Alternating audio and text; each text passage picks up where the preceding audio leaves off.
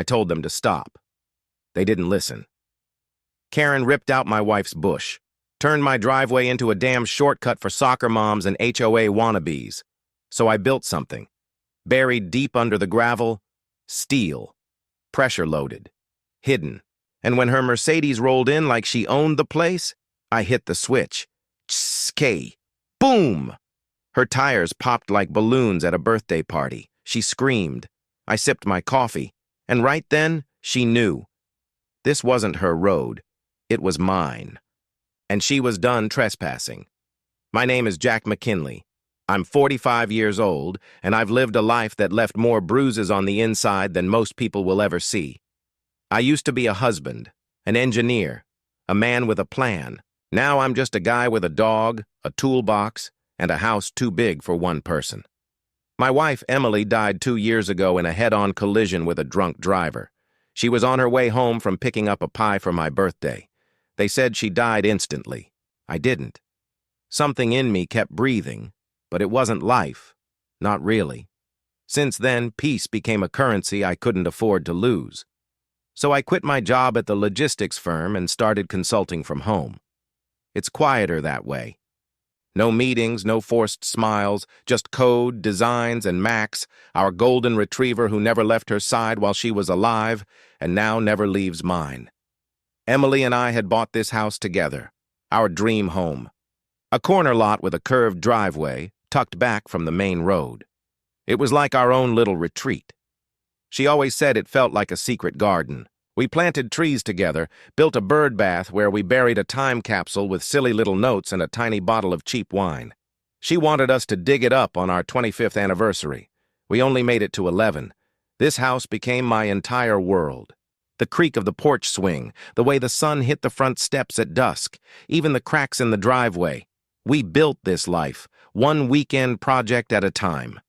And now, it's all I have left. So when strangers started driving through that driveway like it was their own, it felt like someone was desecrating a grave. At first, it was just tire marks, a few here and there. Maybe the Thompson kid practicing his turns, I figured. But they got deeper, messier. Then one day, I came outside to find something different. A laminated paper sign nailed to a cheap wooden stake stuck in the grass right at the edge of my property. Community flow access. Temporary routing. Approved by HOA. I stood there for a long time, holding the sign in my hands like it had insulted my wife's memory. My land, our land, was suddenly a shortcut, without permission, without a conversation.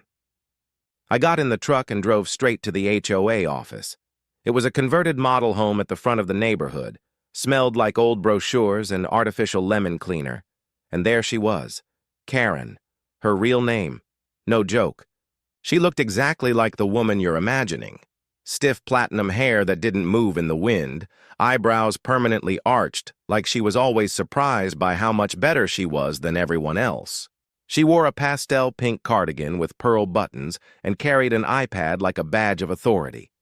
Her lips were drawn tight in a smug little bow, and when she saw me walk in, she gave me the smile of someone about to lecture a child. "Mr. McKinley, right?"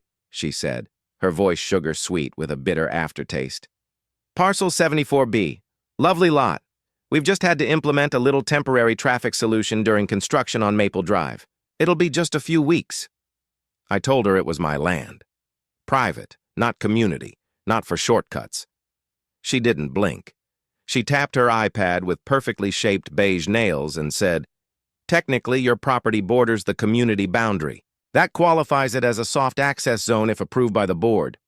"Soft access zone?" I asked. "Show me where it says that." She gave me that smile again, the one that makes your skin crawl, and said, "Oh, we can go over the paperwork at the next meeting, second Tuesday of next month, but by then the road work will be done." I stared at her.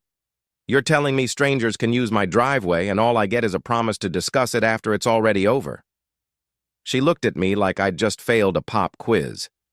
"Well, we're all part of a community, Mr. McKinley. Sometimes that means sharing space. It's about unity." Unity. What a word to throw at a man who lost everything and asked for nothing in return. I walked out of there with shaking hands. Not because I was afraid, because I was furious. But I told myself to stay calm. Maybe it was temporary. Maybe I could put up a gate or post a sign. The next morning, I woke up to the sound of digging. They'd pulled out one of our bushes, the one Emily planted herself. HOA contractors were laying down a bed of gravel across the side of my lawn, cones, signs, and paint.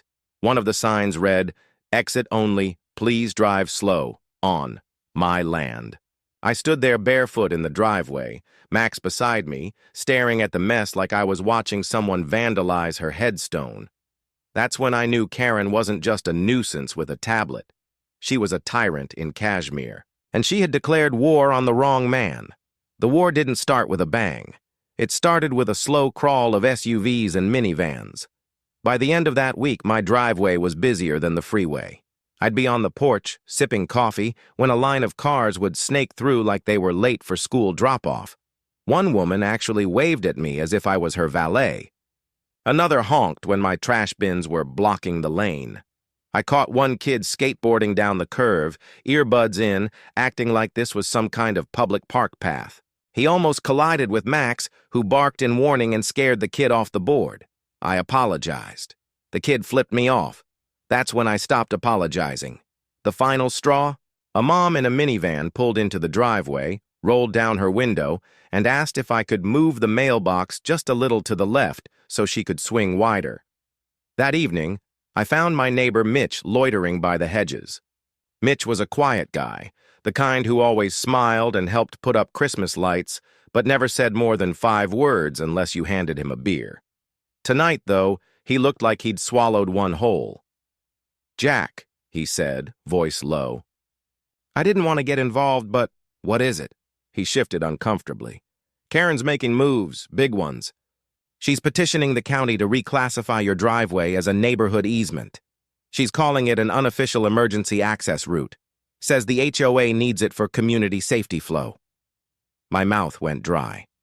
"She's got 2 board members already signed on," Mitch added. "She just needs 3 more. Once they hit 5, they'll submit the paperwork." I stared at him. "She's going to try and steal my land." He nodded. "Not figuratively. Literally." That night, I stood at the end of the driveway with Max beside me. My boots dug into the gravel they'd laid down without my permission. I looked out at the cars driving by, headlights flashing across my porch. This wasn't a misunderstanding. This wasn't temporary. This was an occupation. I cracked open a beer, stared at the ground, and whispered, "They think I'll roll over." But what they didn't know was that I used to design deterrent systems for commercial facilities, mechanical solutions for keeping unauthorized vehicles out of restricted zones, tire shredders, retractable bollards, remote gate locks. If Karen wanted to turn my driveway into a road, she was about to learn how roads could bite back. But first, I called Barry. Barry was my cousin, a barefoot-in-the-courtroom-type lawyer, the kind who filed lawsuits on his phone and stored legal documents in his grill cabinet. But when it came to property law, he was a force of nature. I told him everything. He didn't even let me finish before he said, "Take pictures. Document everything. Don't block the access yet. Let them think they're winning." "Why?" I asked. "Because when we strike, it's going to be with evidence, not emotion.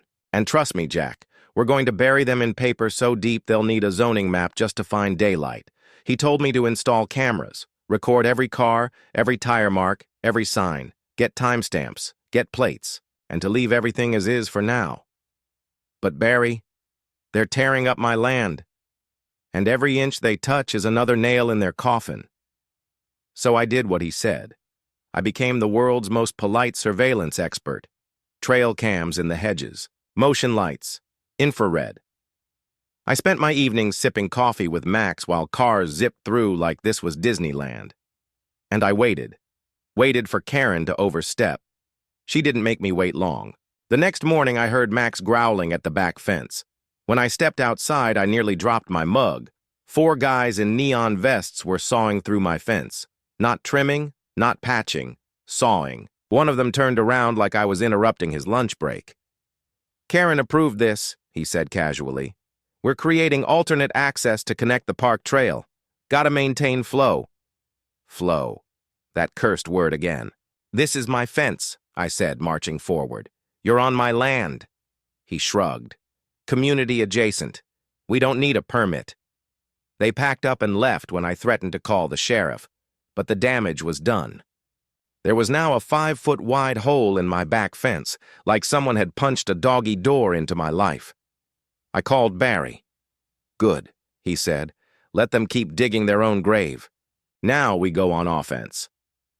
That night, we filed the first cease and desist letter. We also submitted a preliminary injunction to the county, along with photos, footage, and documentation of every HOA incursion. But that wasn't enough for me, because while Barry was handling the legal side, I was preparing the mechanical one.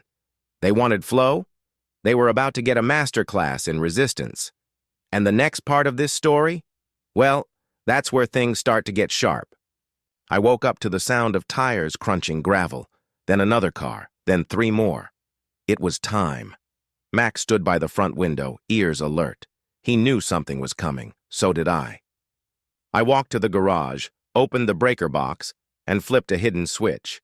The system came to life. Quiet hum, green light. The steel was ready. I poured a cup of coffee, grabbed the remote from the pegboard, and headed for the porch. Karen came first.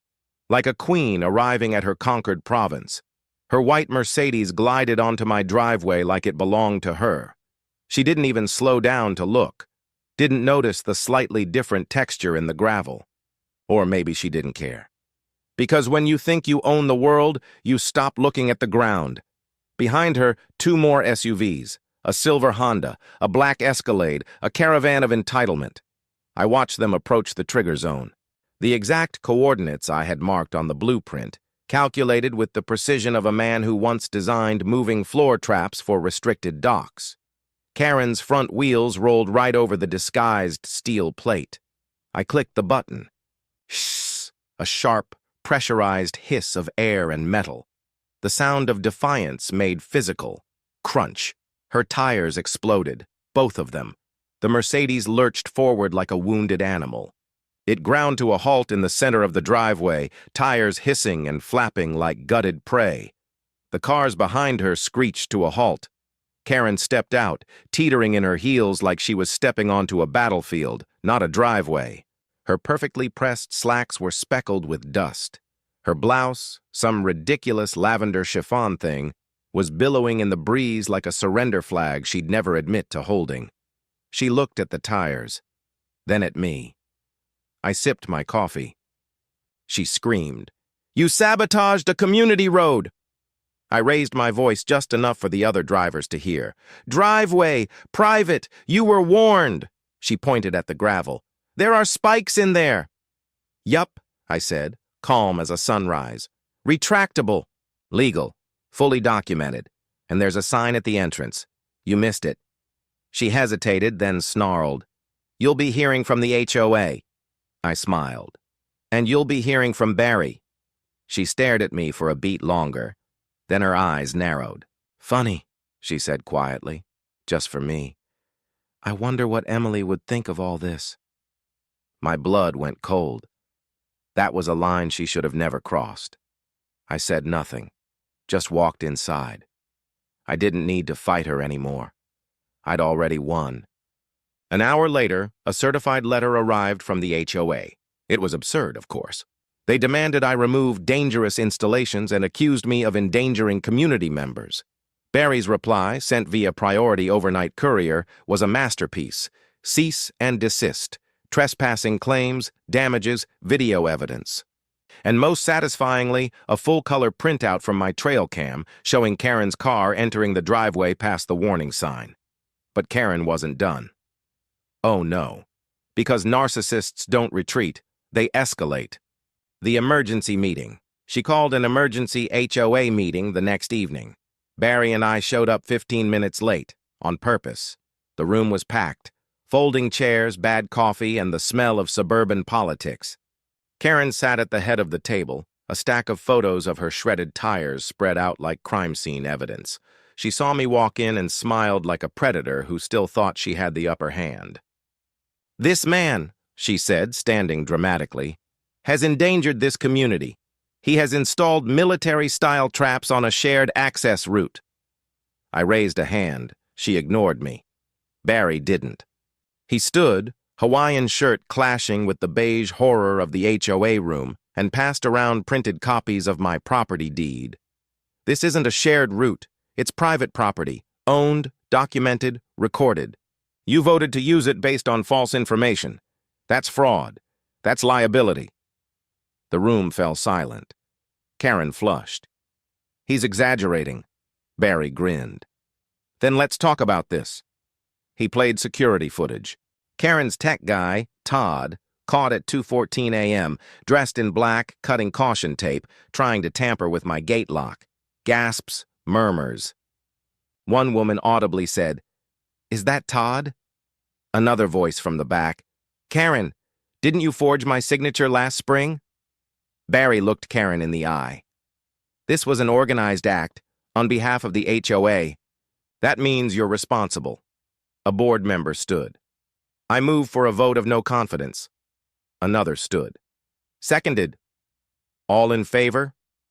Hands went up like dominoes. Except Mitch. He hesitated, looked down, then slowly raised his hand last. Karen's face went pale. The queen was falling, but she wasn't going down without poison. She turned to me one last time, her voice low and bitter. "This isn't over, Jack. You think this ends with a vote? You don't know how deep I'm willing to go." I met her stare. "No, but I do know how far I'll go to protect what's mine." She stormed out. No goodbye, no defense, just the sound of her heels clicking like a retreating army. And me? I walked home with Max by my side, the wind cool and sweet, the gravel crunching under my boots like applause. The war wasn't over, but the battlefield had shifted, and now I was no longer defending. Now I was hunting. The vote was done. Karen was out. But like every petty tyrant, she didn't vanish. She slithered back underground, whispering, plotting, waiting for the next weak spot. And I knew better than to think silence meant peace. Because 2 weeks later, the silence broke. First, a flyer in everyone's mailbox. "Together we flow, a message from your community advisor." It was signed by Karen, not president, not chair, just community advisor, a title she invented for herself. It featured a stock photo of smiling families, a new neighborhood map, and a quote about forgiveness. She lost the throne, but built her own altar. Then came the envelope taped to my garage. County letterhead, bold font. Notice of investigation. Unauthorized land modifications, obstruction of community access, possible code violations. I read it twice. Then I laughed, because this wasn't from the county. Not really. It was a complaint filed by the HOA, filed by Karen. I called Barry. He didn't laugh. He cursed. "This is her Hail Mary," he said. "If she can't win with votes, she'll win with red tape, delay you, drown you, make you crack." But I wasn't cracking. I was preparing. The inspector arrived 3 days later. City-issued sedan, clipboard, sunglasses. The kind of guy who looks like he's seen it all and is already tired of it. I met him in the driveway. Max barked once, then sat like a sentinel, tail still, watching the man like he knew exactly what this was. "You, Jack McKinley?" I nodded. "I'm here about the complaint. Need to take a look around." "Be my guest," I said. "I've got all the documents. Bound and tabbed." He blinked. "Seriously?" I led him to the porch, where 3 color-coded binders sat waiting. Zoning, property rights, HOA overreach. He started flipping through. As he did, the silence between us turned from polite to impressed. "You built this spike system yourself?" "Prototyped it years ago. Fully retractable, solar-powered, legal under private land use." He whistled low. "Looks like something I saw at a logistics yard in Oakland." I grinned. "That's because it was." He flipped to the final section, stopped. Wait, she submitted this map to us? He held up a copy of the neighborhood plan. My driveway highlighted in green, labeled Emergency Route B. She forged this, he said. This wasn't in the official record. I nodded. We've got the meeting footage where she unveiled it, time-stamped, publicly recorded. He exhaled slowly and looked up from the page. That's going to be a problem for her. Then softer, more sincere. You've done your homework. I wish more homeowners stood their ground like you. He snapped a photo of the forged map, took one last look at Max, then gave me a subtle nod. I'll file the report today. What happened next didn't make headlines, but it made history, at least in our neighborhood. The county launched an audit, not just of Karen's fake maps, but of every single HOA decision she had her hand in over the last 2 years. Contracts, permits, spending, all of it. Turns out Karen had used HOA funds to buy a $600 office printer for her own home, cover a wellness retreat in Scottsdale for 3 people, all listed under her maiden name, order $1,400 worth of community branding supplies, which turned out to be banners with her face on them and a Karen Cares table runner. The fallout was brutal and fast. She was fined by the county, banned from holding leadership in any registered HOA for 5 years. Criminal investigation pending, residents turned, board members resigned, the HOA bylaws were rewritten, and Karen, she vanished. Some said she left town. Others said she was holed up in her sister's condo 5 miles away, watching the neighborhood on Facebook like a bitter ghost. I didn't care, because the war was over. 2 months passed. The shortcut died. The gravel hardened. The sign stayed up. Private property. No through traffic. Trespassers will be spiked. One afternoon, Mitch walked over. He had something wrapped in brown paper. Inside was a small wooden frame. A hand-drawn cartoon. A sad, wide-eyed tire with a speech bubble that read, "I regret everything." I found it in my kid's notebook, Mitch said, scratching the back of his neck. We figured, you earned this. I laughed. The kind of real, guttural laugh I hadn't felt in years.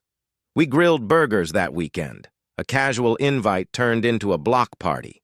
Neighbors I hadn't spoken to in a year came with folding chairs and beers. A woman who once tried to fine me for leaving my recycling bin out baked me a pie. Barry showed up wearing his ugliest Hawaiian shirt and aviators, holding a fake certificate in a dollar store frame. It read, "To Jack McKinley, in recognition of outstanding neighborhood defense against tyranny." It was ridiculous, and it was perfect. That night, after the laughter faded and the grills cooled and Max settled at my feet, I stepped out into the driveway one last time. The wind was still. The trees whispered in the breeze. The gravel sparkled like tiny embers under the porch light. I knelt, opened the maintenance hatch, and checked the spike system. Still armed, still ready. But I didn't press the button, because now I didn't need to. This wasn't about gravel, or fences, or HOA bylaws. It was about the one thing I couldn't protect before. The life I built. The peace we planned. And this time, no one was going to take it from me. I turned off the porch light and stepped back inside. But just before the door shut, my eyes caught something. Far across the street, low to the ground, tucked behind a hedge, a faint red blink, a hidden camera, still on, still watching. Max growled low, almost silently. I stepped back, stared into the dark for a long second, and whispered, "Let her try."